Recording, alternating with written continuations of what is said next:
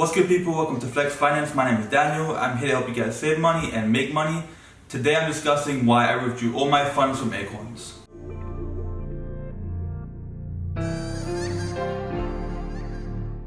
So I was using Acorns since last December, and pre-coronavirus I actually saw some really good gains, 30 to 40%. I believe it was around $300 of a gain, if I'm not mistaken, which was really great for me. But when the market dipped, obviously I lost all my money. Well, not lost, it did a rebound, which is something I'm grateful for Acorns, because investing through Acorns, I was able to be comfortable and familiar with market dips. And when you see minus or when you see red in your account, it's always going to rebound. Even in March, when it had the massive crash to the coronavirus closing around the world, it actually did come back, and that's when I withdrew my money. So the biggest reason I took my money out of Acorns was opportunity cost. And opportunity cost is when you lose out on something because you chose another course of action.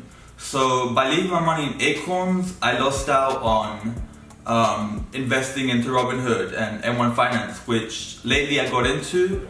And I actually saw some pretty good gains with those apps, well, really good gains with the apps, while my Acorns portfolio was struggling to rebound from the market crash. So I'm putting on my phone to show you guys my Acorns portfolio, at least how it was. So as you guys can see around here in March, I can't really show you guys because I don't have any money invested right now. I took it all out. But around here, you can see, there was a big dip. Right here, I was up around 30 to 40%. There was a dip, and then it did rebound here. I was pumping a lot of money into Acorns during the March crash, and I'm kind of sad because I never saw that money take off like I thought it would. So I took out my money before I could see the gains from that investment. But I took it out, and $1,411 I'm getting back. And I think that investing into my Robinhood and M1 Finance portfolios, it's gonna be able to make up for those losses that I made. I think I lost out on, it says $70 here, but I'm pretty sure it was a bit more, around like $150. But I'm not mad at that too much because I think I can make that up easily with my investments in Robinhood and M1 Finance. And so what I'm also gonna do is I took my Acorns portfolio and I recreated that pie in M1 Finance. If you guys wanna see that, I have a link in the description for you guys to be able to see that and invest into it if you guys want to. It's based on the aggressive portfolio that I had at Acorns.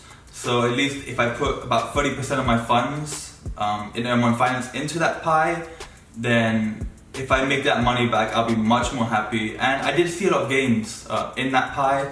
Just, I think putting that money into Robinhood and M1 Finance is gonna be a lot more beneficial to me, and I don't have to pay $1 a month, which doesn't seem like much, but I don't like seeing that out of my account every month using Acorns.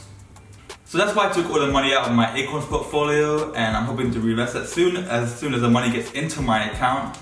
That would be great. I'm gonna invest slowly back into M1 Finance, as it is an auto investing app, which I can turn off, but I like the auto invest. And Robinhood, I'm just gonna put all in one go. I'm gonna split the money into both apps and see how that goes. If you guys are interested in more and you like this video, please like and subscribe. And let's make money together, and we'll see you soon.